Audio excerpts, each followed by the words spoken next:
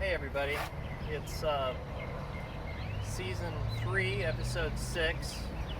We're going to show you a little bit about what we call Tweety, our 1988 Ford F-250. This is the truck that'll be pulling the fifth wheel down to Belize, and we've put way more work into the truck than it probably deserves. So nevertheless, we like it. It does what we need it to do, and so we're just going to show you a little bit about the truck today.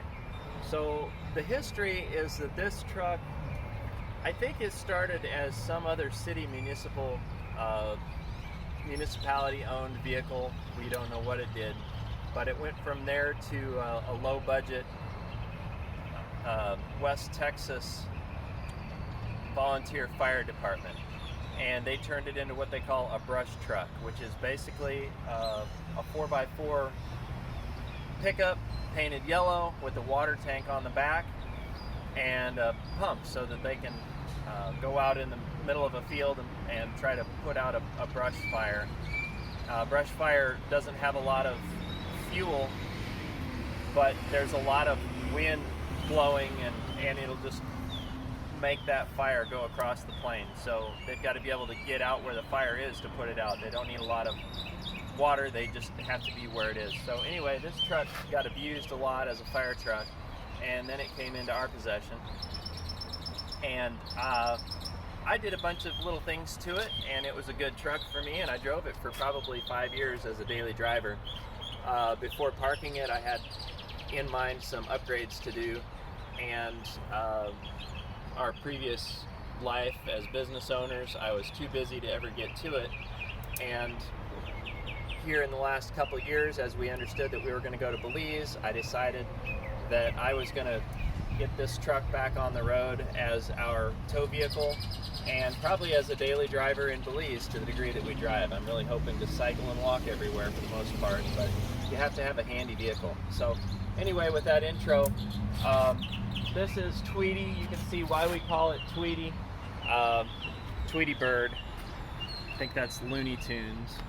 But you know, it's got a little yellow body and big feet, so that's obviously Tweety bird. So one of the interesting things about this truck is that it's on military 37-inch tires that are used for Humvees, and these are just military surplus. You can actually, if you know where to get them, you can get them pretty inexpensively for like even with nearly 100% tread. So that's what these tires are. This is a new set that we've mounted just for the trip. Now, to make the truck fit these tires and clear and everything, there's some suspension work that's been done, and we've actually not done much, and I think the less you do to modify the suspension, the better things last. So when this truck came to me, the fire department had already added a bunch of leafs. So there's, I think, 2 extra leaves up front and like 4 or 5 extra leaves in the back. And I didn't touch that. That's how that was. Now I did add a traction bar. We make a lot more power than we used to, and that helps to prevent spring wrap, although there's so many leaves there that spring wrap is not a big issue. But primarily we left that alone, and just adding all those leaves added quite a bit of suspension lift to it. So beyond the springs, in order to clear the tires, we also had to bring the body up. And I've talked to some guys that were like, well, why didn't you do one of these bolt-on lifts that really gets a tall suspension lift? And the fact is all of the geometry is pretty much the same when we keep the springs the same and just add some leaves. So especially in the front, we don't have an arched leaf. The front suspension on this particular truck doesn't work very well with an arched leaf. We still have a flat leaf, we just added some. So this all works really well together. So in my mind, it's a lot better to simply add a body lift, and so that's what we did. And one of the best things is we really like flatbed. It's a wonderful utility vehicle with a flatbed on. One of the things about a flatbed though, and really any truck bed, if you're going to use it, you don't want it too high. And so the great thing about doing a body lift only to clear the 37s is that the bed stayed lower while the body came up. We've got plenty of, so we just actually happen to have the fifth wheel camper connected right now. So our suspension is down substantially, but we've got a whole lot of travel left. And ordinarily this would be, 3 inches higher. There's plenty of clearance in the back, so we didn't need to go up any higher in the back. We did in the front, so it worked out perfect. We just did a body lift up front. So from there, so other cool exterior features of this truck, we'll start kind of in a chronological sequence. This front bumper was on when I bought it, and it's kind of an oddity, but we like it. This was a platform. They actually had some uprights welded here, and they wrapped the fire hose around those uprights, and I believe that they would get up here for some elevation to put out a fire. So anyway, it's a strong bumper. It probably weighs about 130 pounds, I'm guessing, maybe 150. It takes 2 guys to maneuver it into place if you take it off. So it's kind of a beast. I added these light bars because, of course, when we brought the body up, there was a unsightly gap there, and these light bars are super helpful when you're kind of in rural or off-road conditions, and we will be a lot in Central America. So when you turn these on, you see everything. So obviously it's not technically street legal in the US, but as long as you're not running them, it's legal to have them bolted on. So anyway, moving further back, one of the first modifications that I did to this truck when I bought it is I built these steps, and there's nothing special about the fabrication, but the design is cool because they actually mount all the way back to the frame. So whereas a lot of trucks have got a step that bolts to the body and then it flexes, well, in this case it's bolted to the frame, and it's quite rigid. So we like them, but there's nothing special about it. It's just a basic, crudely fabricated step. Moving back further, you really need to have at least one good spare tire if you're going to be trekking through Central America, and when you got 37s, there's just no place to fit them, and this is about all we could come up with. So there was already a small platform up there for a light bar, and we just kind of modified it and extended it so that it could support a tire. And the issue with that, of course, is that a headache rack on your average flatbed doesn't have enough strength to really do it. So I fabricated and added this blade, which gives this thing a lot of structural support. And if you go over some real bad off-road conditions, the tire will definitely wobble up there a little bit, but it's quite strong. It's not going to come down. So you may see some rough welds. I actually did find one cracked weld before we took off, so I touched it up a little bit, and I'll probably clean that up and paint it once we get down to Belize. But that's one of the modifications. Now the last thing that I'll show is that this bed is definitely higher than your average pickup bed, which means that your average fifth wheel hitch is going to be way too high to have the RV towed in a correct orientation. And so this is an old kind of like just an old junk surplus fifth wheel that's probably about the vintage of the truck, and it had actually been in an accident, so it's completely just salvaged. And the accident left this center section completely unscathed, and I've been entirely through it, and it's mechanically sound. But what the accident did is it damaged these side blades, and the thing is these side blades were like that tall before. So what I did is I refabricated. This is the same original design, but with a short blade to mount this just a few inches off the bed. And bringing it down that short is what was required in order to have the fifth wheel at a, you know, a correct parallel orientation to the ground as it's pulled. So, well, the fifth wheel camper, the fifth wheel trailer. So this gives us the right elevation, and it's what was needed, and it works good. Real briefly, we have gone entirely through the interior. It's probably the nicest part of the truck. It's not flawless, but it's on par with, you know, a truck that's just a few years old, and we like it that way. The AC works, it's comfortable, it's clean inside. You can see I've added several gauges.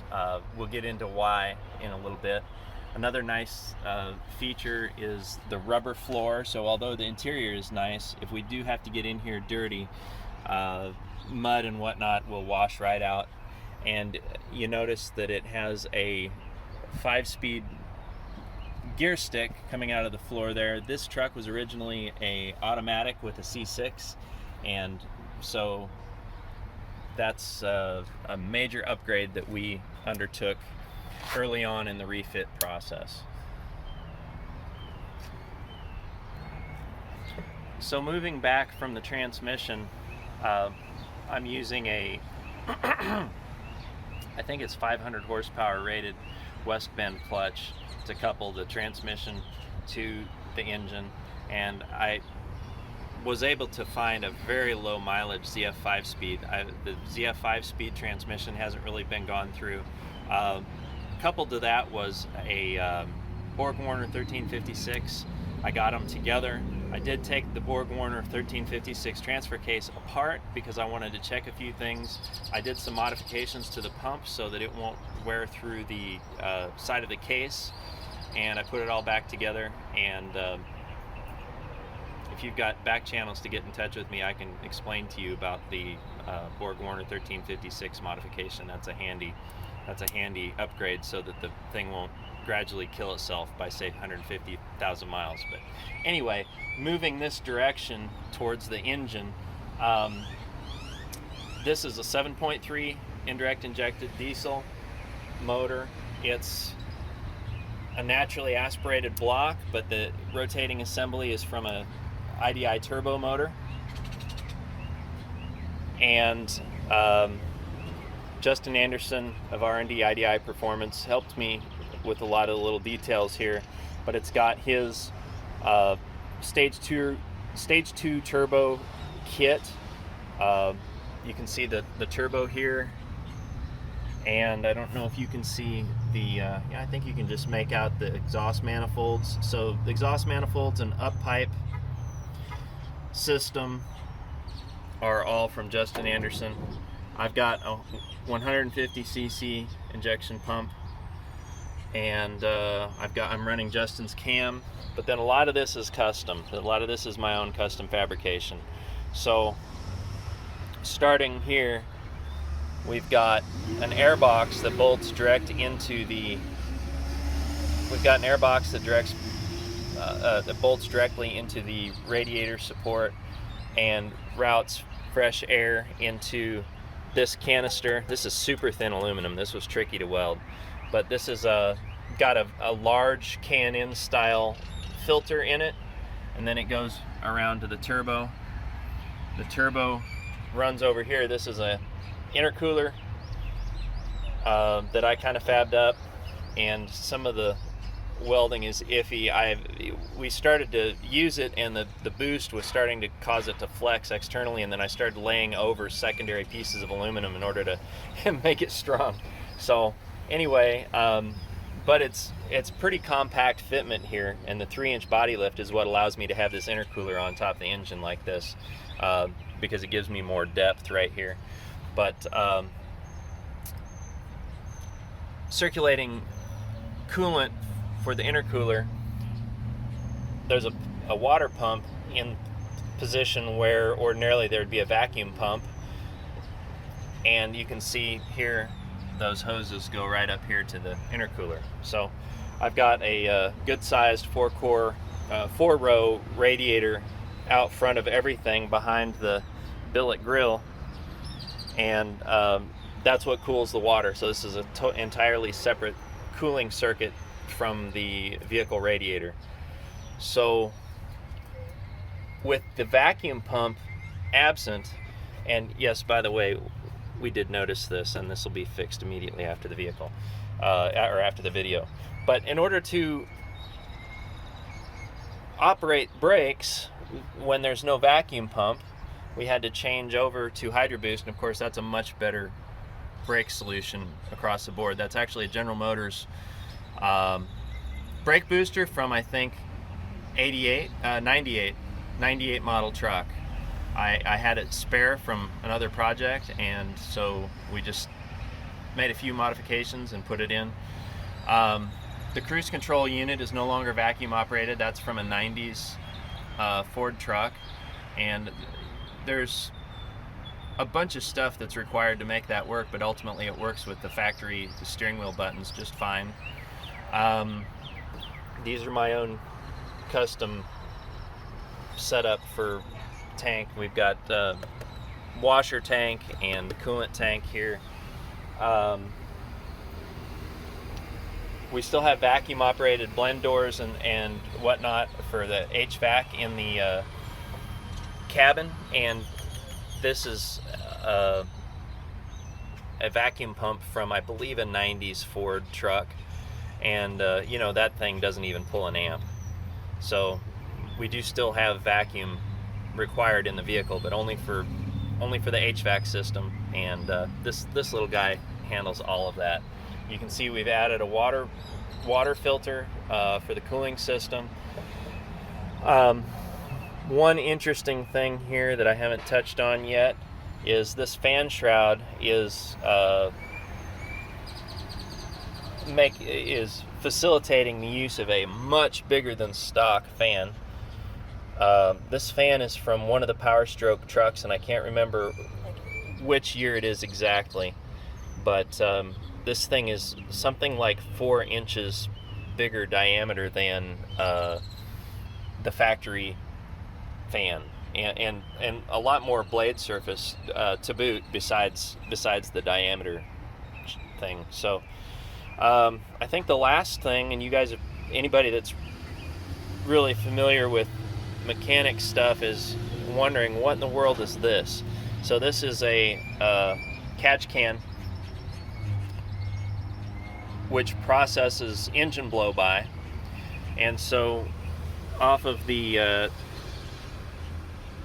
timing gear, well, the injection drive gear housing, which is what this whole thing is here, there's a plate that covers the bolts for the gear, and I've modified that to include a pipe fitting, and from there we get this hose. So this hose is pulling exhaust gas blow by directly from the that gear cover.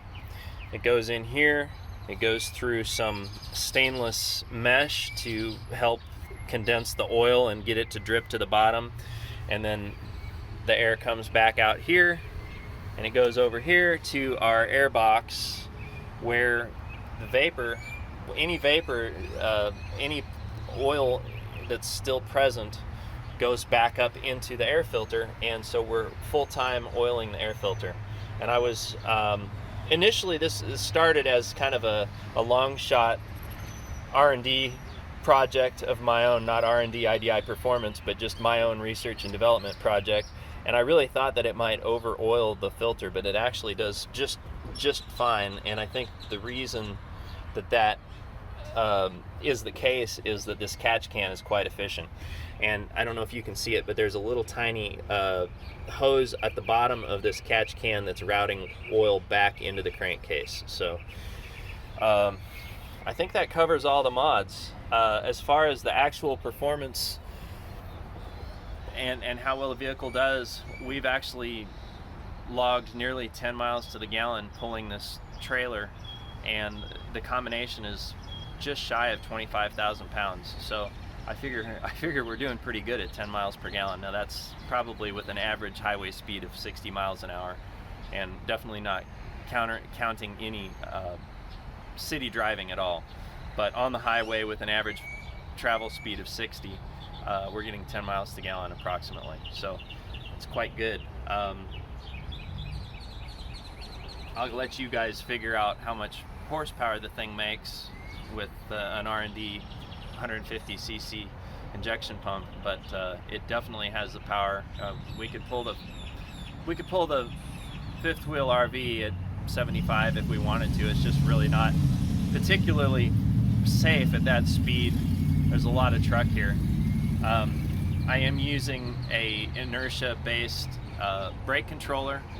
Braking is pretty good between the Hydro Boost braking, which really the Hydro Boost is a huge improvement on braking, but it's still a handful. It's a lot of truck, and so we tend to go 60. But anyway, that's I think all I can share with you guys. But there was a lot of interest from some of my Ford truck groups that I'm a member of. People wanted to see what I had done with the truck, and specifically the engine and whatnot, and I think that's everything I can show. So I hope that was enjoyable for someone.